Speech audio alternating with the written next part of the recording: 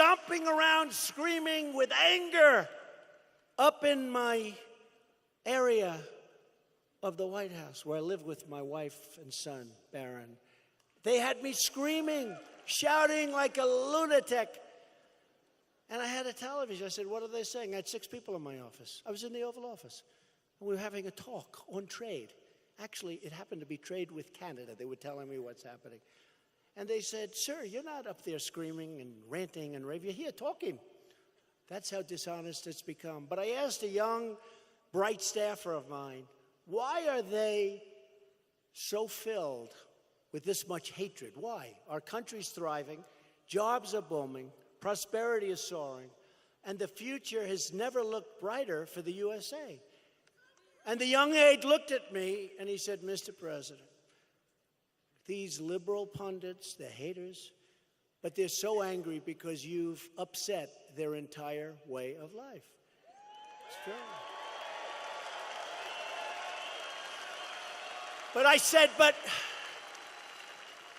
let's get this straight. So the country's really doing well. And he looked at me and he said something that maybe is true. I find it hard to believe. He said, sir, they just don't care. It's really pretty sad, right?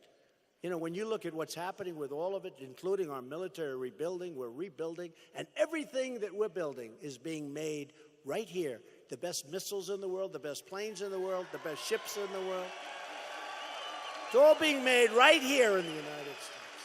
The so-called resistance is angry because their horrible ideas have been rejected by the American people, and it's driving them crazy. Crazy. They're the ones, honestly, that have been driven crazy.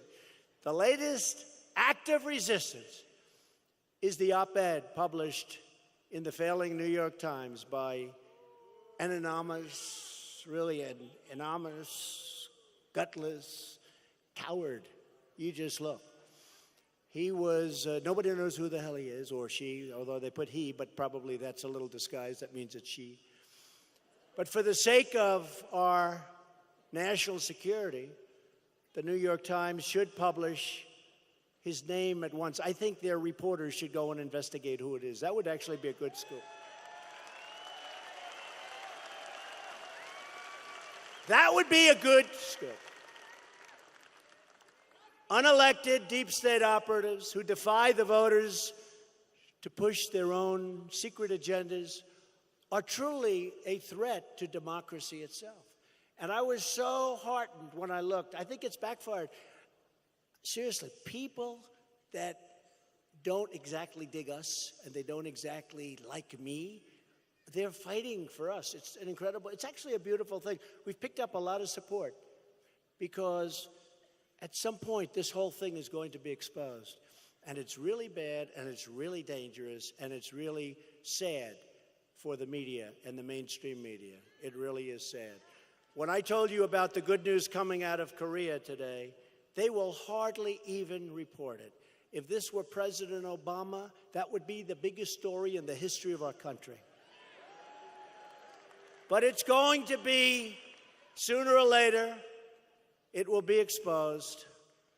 The policies of our political opponents have brought about only failure, destruction, and humiliation to our country. Look at what happened. Look at where we were, and look at where we are.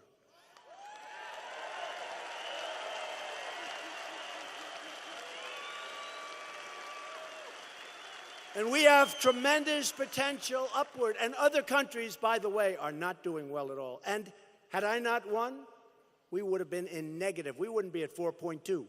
We would have been in negative numbers. We were going down. We were low, and we were headed down. We freed up this country with the regulations and the tax cuts. We freed up our country, and it's great to watch.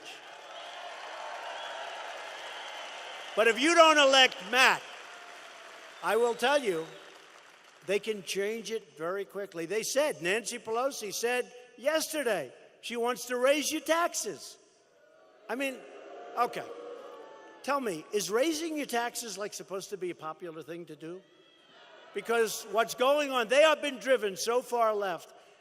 I don't know why they don't talk about red waves. I mean, historically, the person that's president, when you have the party having the president, they don't do well in midterms, but nobody's ever had, an economy like we have. Nobody's ever had this economy, so hopefully you're going to remember that.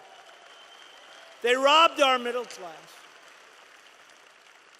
while spending trillions of dollars on adventures overseas.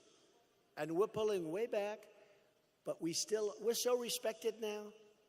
You can pull back a little bit, but we're so respected. They're not playing games with us anymore, folks.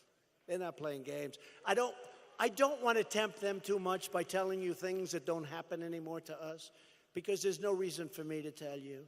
But when you see some of the things that happened 4 years ago and 6 years ago and 8 years ago, you take a look at what happened and you take a look at what happens now, where we took that horrible Iran deal and we terminated it, and you look at what's going on. We're respected again as a nation. We're respected again as a nation. But these people enrich themselves while shipping our jobs to other countries, and they oversaw the greatest transfer of wealth in the history of the world. It's true. This is the greatest transfer. NAFTA was